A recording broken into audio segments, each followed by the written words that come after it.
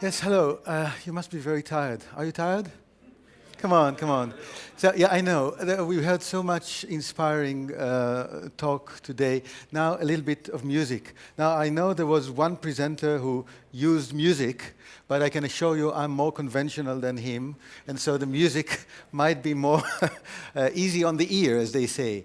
Now, I am a conductor. I conduct orchestras, and I would like to start from that to speak a little bit about, well, what everybody was touching in a way. This is the kind of leadership we need to do all those good things people were talking about. And you see, the basic human condition, has it ever happened to you that you got into a concert hall just a few minutes before the orchestra actually starts the concert? So you know what's going on. You're sitting there in the hall, and what do musicians do? Well, they do tune, that's right, but tuning comes later because it's already a collaborative thing. Yeah. First of all, they just warm up, like in sports. Yeah. So if you're a violin player, what do? You do if you play,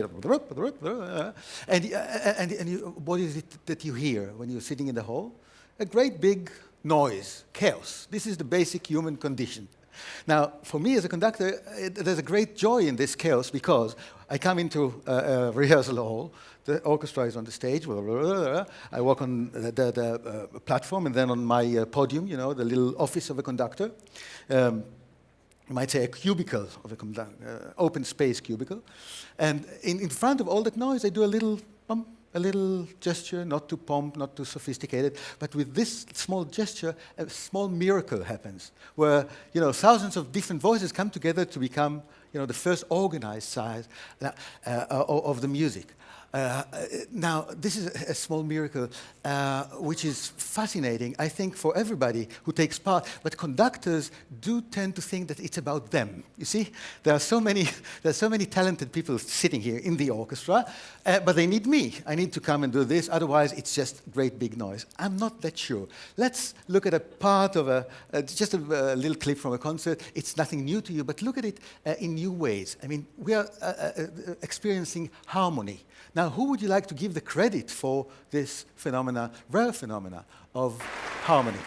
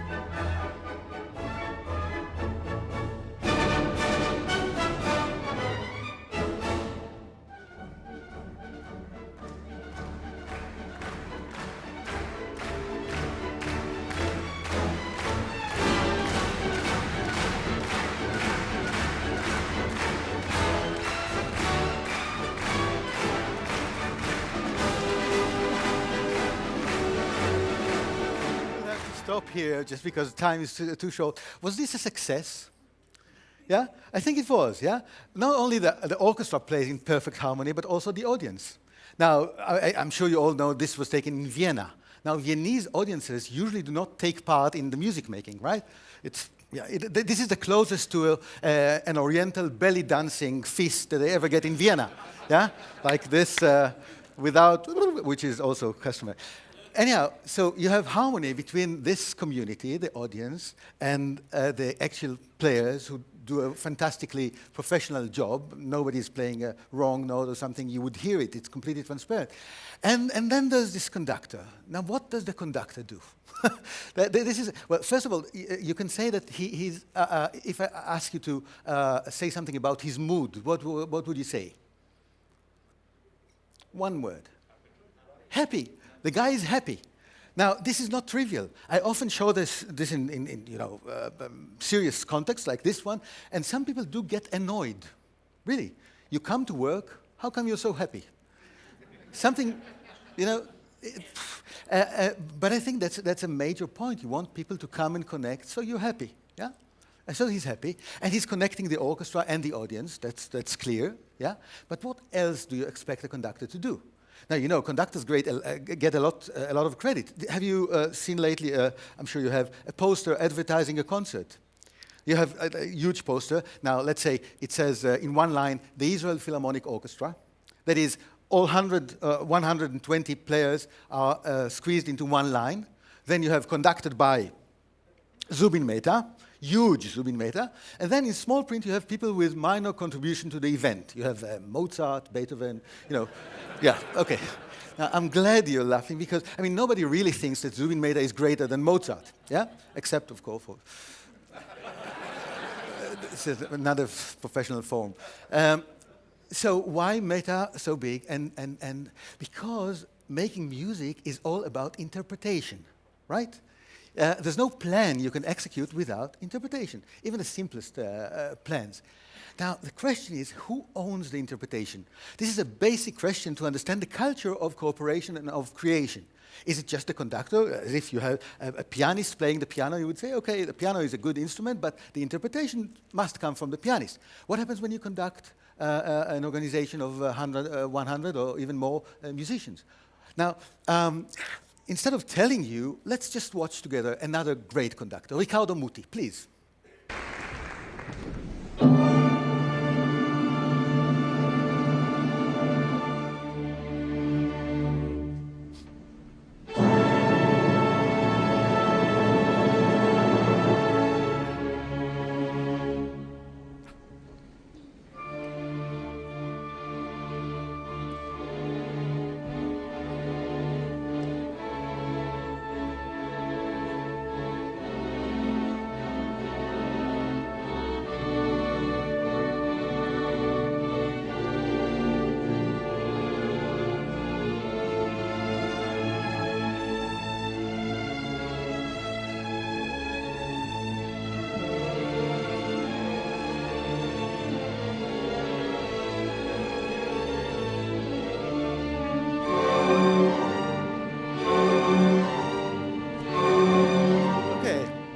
I guess that's enough. Is there any doubt here that the interpretation is the conductors and only the conductors? Huh? Did you see that? Did you see that? If if I had to speak about control, this is perfect control. To the level of micromanagement, everybody gets an instruction what to do and when, and not only instruction. Did you see the way he was actually stopping the orchestra after the first chord? Will you be my orchestra for a second? Can you please sing the first note of Don Giovanni? Just sing, oh, and I'll stop you. Yeah, especially the basses here. Yeah? You don't. Oh, okay, ready? Great. Do you see? No rehearsals, and you all stopped with one finger. What does Muti do? He does this. And then he holds you like this. So not only you know what to do, you also know what happens if you don't do what he wants. So the sanction is as clear as so it's all about control. Now, is that bad? Is the music bad? No, the music is very good. But it has a price. You know, Muti was the music director of La Scala, Milano, yeah, a great opera house. Now, 3 years ago, he gets a letter signed by all 700 musicians working in La Scala, saying, Maestro, you're a wonderful conductor. We don't want to work with you anymore. Please resign. And he did resign. You know why? They wrote. The reason was, you are using us as instruments, not as partners. We cannot develop as artists, as musicians. In the long run, you're causing us personally damage, and also the opera house. So Muti is asked why. By the way, it's not just the price they pay, the price he pays. Did you see his face? Did you see any joy? No, he has a wonderful expression, yes, but only one. Yeah? Never changes. By the way, also when he conducts Rossini, comic opera or whatever, it's the same, because it's all about his idea. And he says, you know why I conduct like this? Because I'm committed. I'm committed to him. Well, not exactly him. Mozart is, 3 seats from the center, up there. So I'm committed to Mozart. And if Mozart wants me to do, as I understand, one thing, I have no space to maneuver. Therefore, I cannot give them any space. This is all about control and one man actually dictating. So if you think this is too much control, let's look at something else. Richard Strauss, just for a minute.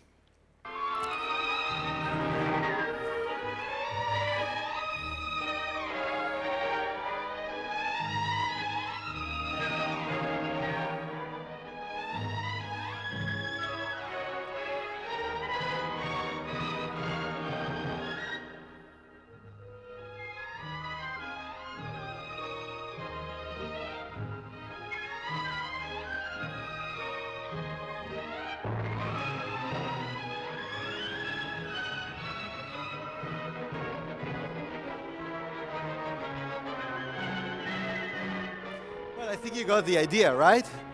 Now, if you think I'm picking on the guy because he's old, I'm not. When Richard Strauss was a young man of about 30, he wrote what he called the 10 Commandments for a conductor. The first one said, if you sweat by the end of a concert, it means that you must have done something wrong. Yeah? So that's one. Now, I think you like the fourth one. The fourth commandment says, never look at the trombones. It only encourages them. So, you understand, the idea is you don't have to control, but why? Is it because you give some sort of creative liberties? No, not at all. Did you see the guy was turning pages in the score?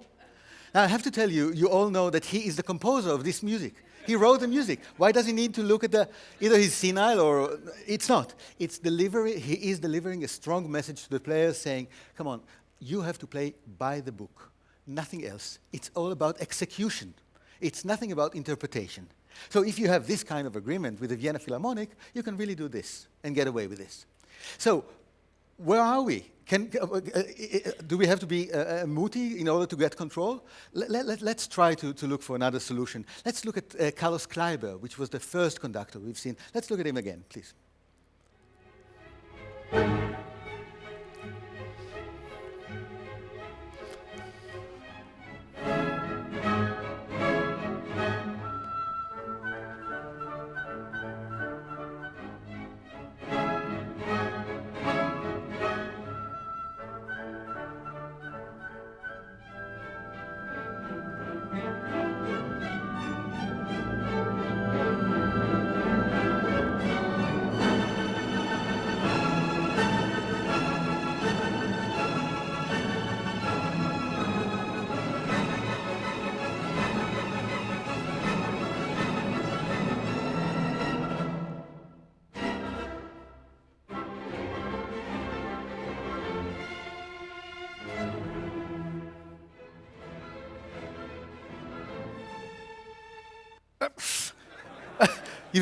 You've all seen that, yeah? So is there a new suggestion or proposal here, yeah? What does Kleiber mean when he does something like this, that forceful? Is he telling them what to do? Yes and no. He's not actually telling... Who was this rock guitar player that used to smash the guitars after the... Okay, yeah. So he's not telling the players of the Concertgebouw, take your beautiful Stradivarius and smash it. This is not it. He says this is the gesture of the music. Now you have to find a way to perform this on your instruments. That is, he's opening a space for interpretation for them.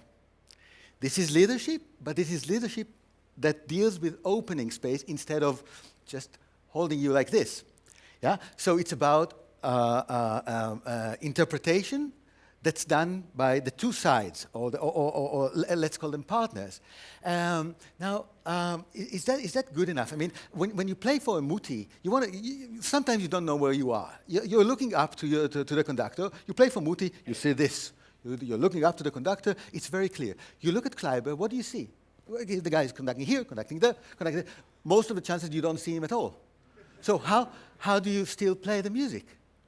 Well, somebody just came up with a metaphor I really like. He says it's like sitting on a roller coaster. Have you ever taken a roller coaster? So you know what it is? It's great fun. It's a lot of adrenaline. It's a day out, Disney World or whatever, Euro Disney. But then he says, when you're sitting there in this little car, do you have a lot of space to maneuver? Not at all, right? But it's not because somebody is watching you or telling you what to do. It's because you're part of a process you understand. Yeah? You chose to go there because you understand. Not only you chose to go on the roller coaster, but you also chose to go there in a very specific circumstance. Have you ever stood in a line for a roller coaster? So you know what I mean, yeah? What is it that you hear when you stand in the line? Terrible screams, yeah? I would say like the Spanish Inquisition, but no, should... whatever. Terrible screams, yeah? And you look at the people going down from the roller coaster, and they're all green, and exactly at that moment you say, that's where I want to go, yeah? That's why I'm waiting here in the long line, and that's why I paid so much money. I want to be tested in the extreme. So it's a very nice idea, I think, that people are attracted not to where it's easy, but where you give them a challenge. But not only a challenge, but a challenge that is well calculated. You wouldn't go on a roller coaster if you don't trust the engineer, right? So this still needs a lot of authority. Now look what happens in Kleiber's orchestra when a player does a mistake. Mistakes happen, right? Look what happens. Yeah, please let's see it. That's a trumpet player. Now look at Kleiber cueing the guy and then reacting.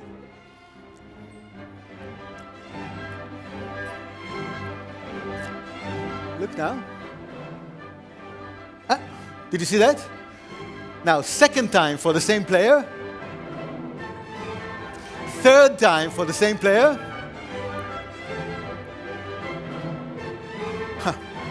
Okay, that's enough. That was quite clear, no? First time is, excuse me, this is not what we agreed upon.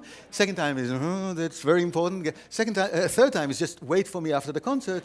I have a very short message to give you. So authority does not go away. Responsibility does not go away. Yeah, but and the physical effort. You have to infuse this roller coaster with enough force. Yeah, you cannot just you have a group of people sitting there and then telling, please guys, get organized to push this thing all the way up. Yeah, then it's great fun. You have to do it if you're a leader, and that's what he does. But I think Kleiber is considered by many to be the best conductor of the 20th century. By the way, even by Muti, this strong guy, when he's asked, who's the best conductor by your standards, that is being loyal to him and precision and everything, he says Kleiber. Even Muti says that. So it's about creating the process. I don't think people would follow him the way they do if there wasn't another element in it. And I want to show you this a little clip from a Mozart symphony. You might be surprised. This is the same Kleiber, the same hyperactive Kleiber.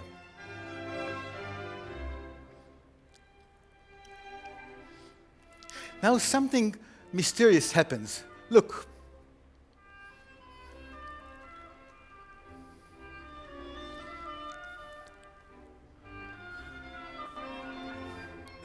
What is going on?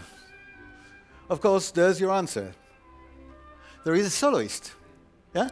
So when somebody has a special thing to say, a special responsibility, Kleiber is still the boss, but has no problem of stepping back and saying, this is your stage now. You'll see it in a minute. Another solo. Look at the beautiful, beautiful invitation. Did you see? Yeah? Right. Now, the nice thing about it is, again, Kleiber doesn't say, look, I'm in the cafeteria, call me when you're done, or something. He is there 100% with the player, but doing something else, not dictating, not telling him what to do. Look, it comes back again. The last solo. Now.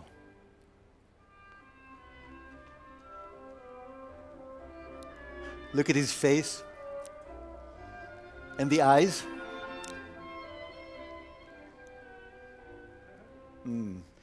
Yeah. So what do you think? Do you like it?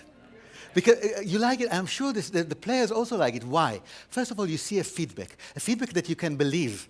You know, like if you cook your wife dinner, you don't want her to say 9.75.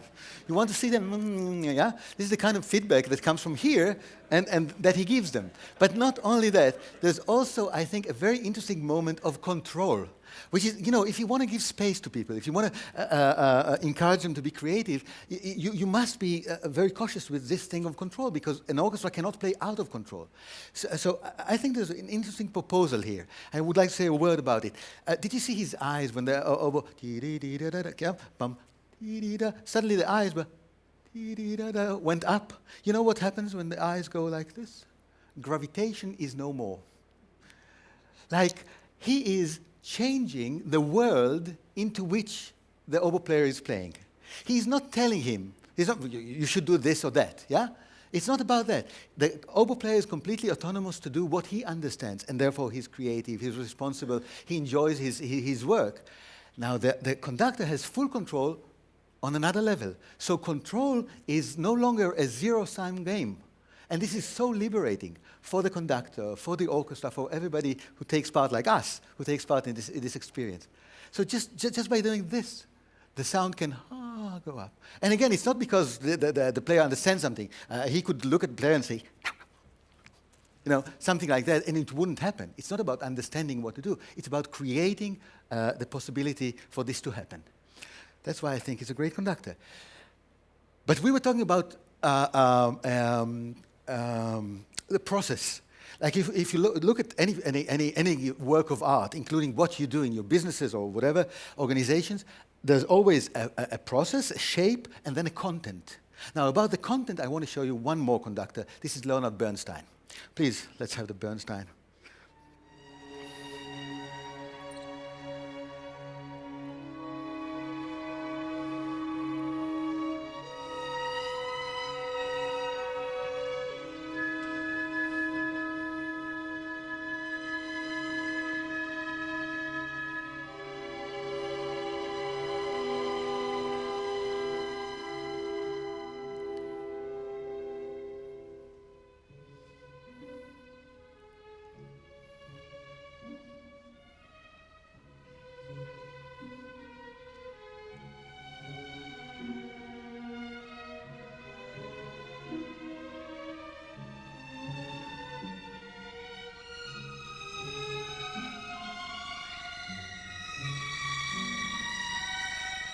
Okay, that's it. That's Bernstein with Mahler, one of his,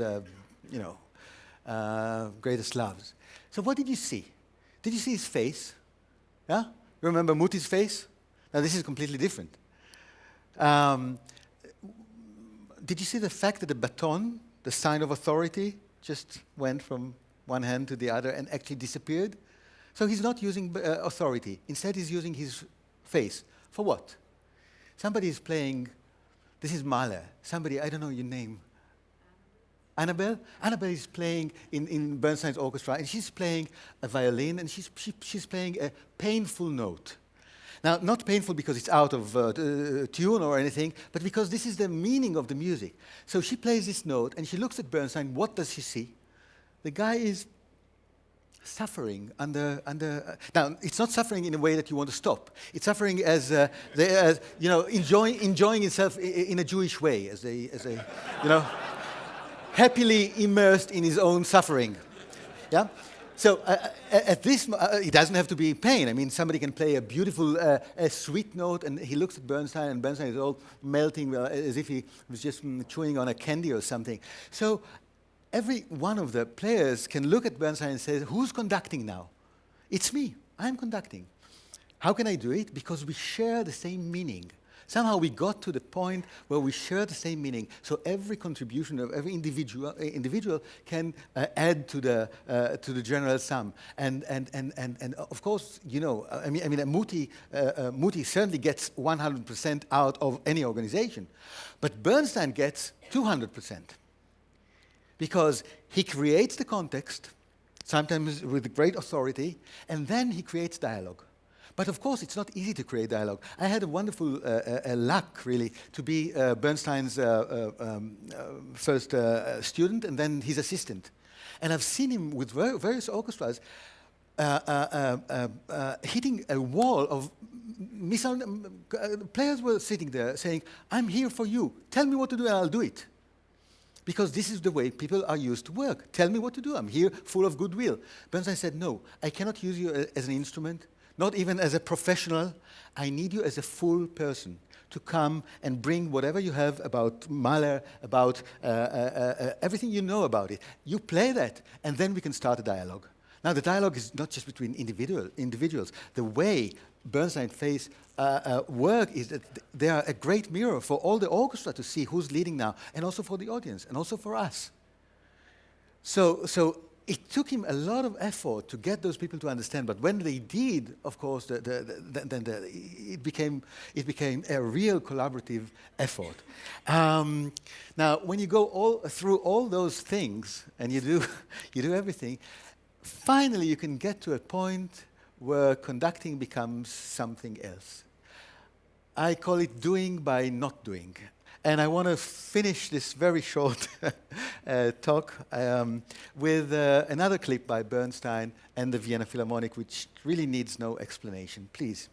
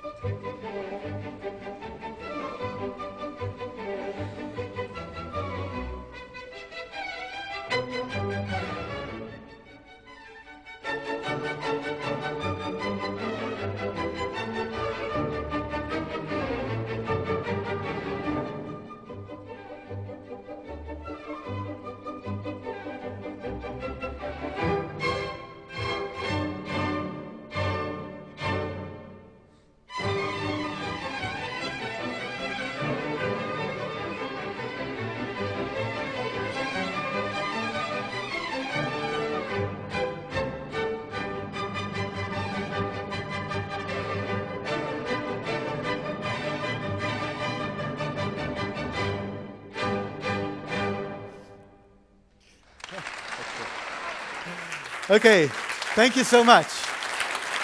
Thank you. Thank you.